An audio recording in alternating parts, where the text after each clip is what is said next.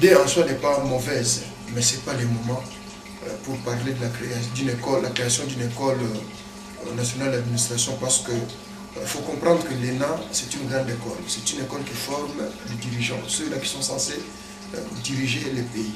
Or, comme on l'a dit, actuellement en RDC, on n'a pas que les conflits militaires, armés, mais aussi les conflits sociaux.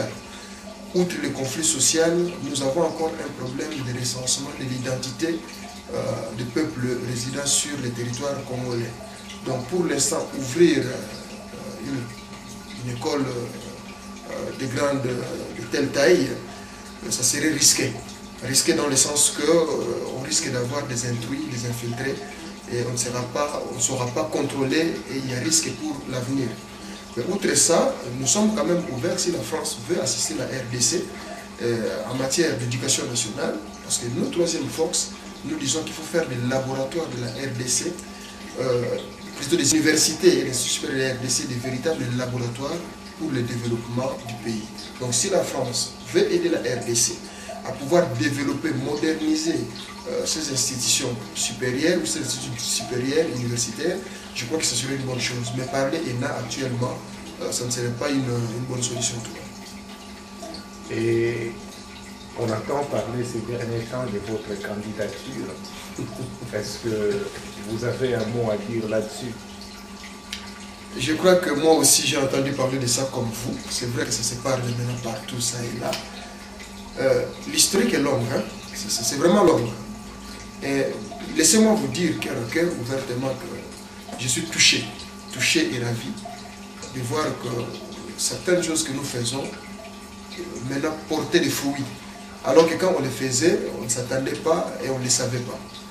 J'étais surpris d'être contacté par un groupe de jeunes, comme on les appelle communément dans la cité, c'est-à-dire les gens qui ont grandi dans la cité, qui ont connu la misère, qui sortent des basses classes, qui se disent, mais écoutez Augustin, en toi franchement, nous voyons un modèle d'espoir. Quand on t'entend parler, quand on voit ton parcours, il y a de quoi pour nous aussi à espérer. Mais on en a marre de ces clubs de fistons. Finalement, c'est comme si les pays étaient destinés seulement à une classe, une certaine classe. Les pères, les parents étaient au pouvoir, maintenant le pouvoir se transfère vers les enfants. Ça ne joue pas. Pourquoi pas Hugo Chavez, Lula da Silva en RDC, et c'est à ta personne que nous avons pensé. C'est vrai que je n'ai pas encore donné ma position officielle, mais en tout cas jusqu'aujourd'hui, tel que je l'ai dit, je n'ai pas encore trouvé de raisons officielles qui me poussent à rejeter cette offre. Pourquoi pas? Mais le moment opportun, je crois que je vais mettre les points sur les i et puis organiser les choses comme il se doit. Bien que ça, ils sont quand même organisés. Il y a des travaux qui se font ça et là, des commissions qui se sont déjà consultées. Et que si des gens tiennent encore, veulent nous soutenir, veulent adhérer à l'idée, je crois que les commissions sont déjà là parce que nous sommes dit qu'on est ban à cité. On n'est pas trop fort, on n'attend pas les derniers moments.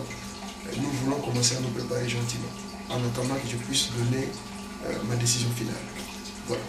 Et dernièrement, Bernard Kouchner a fait une visite en République démocratique du Congo. Il a rencontré les autorités. Et c'est quoi votre impression par rapport à cette visite de Bernard Kouchner, le ministre des Affaires étrangères de la France? Moi, je crois qu'il faut commencer par saluer le courage de la France. C'est un des rares pays qui assume, dans le bien comme dans le mal. Nous saluons la visite de Bernard Kouchner parce qu'il ne faut pas l'oublier, l'histoire est là. À quelque part, ce que vit aujourd'hui le Congo, en particulier dans la partie Est, la France a une responsabilité. N'oubliez pas que c'était à la demande de la France que les interarmés, qu'on appelle aujourd'hui les forces, je ne sais pas comment on les appelle, sont introduits à l'RDC. Et si aujourd'hui Bernard Kouchner, représentant de la France, vient à l'RDC, c'est quelque part une reconnaissance officielle. Je connais bien M. Bernard Kouchner, c'est un homme de terrain. Il est venu, il ne s'est pas arrêté comme les autres à Kinshasa, il est allé jusqu'à Goma, il était au camp de réfugiés, il a même reçu un mémorandum de réfugiés. En tout cas, je crois. Je crois que cette visite pourra changer la donne, voire même la lecture que certains font de la situation en RDC, vraiment, nous saluons cette visite.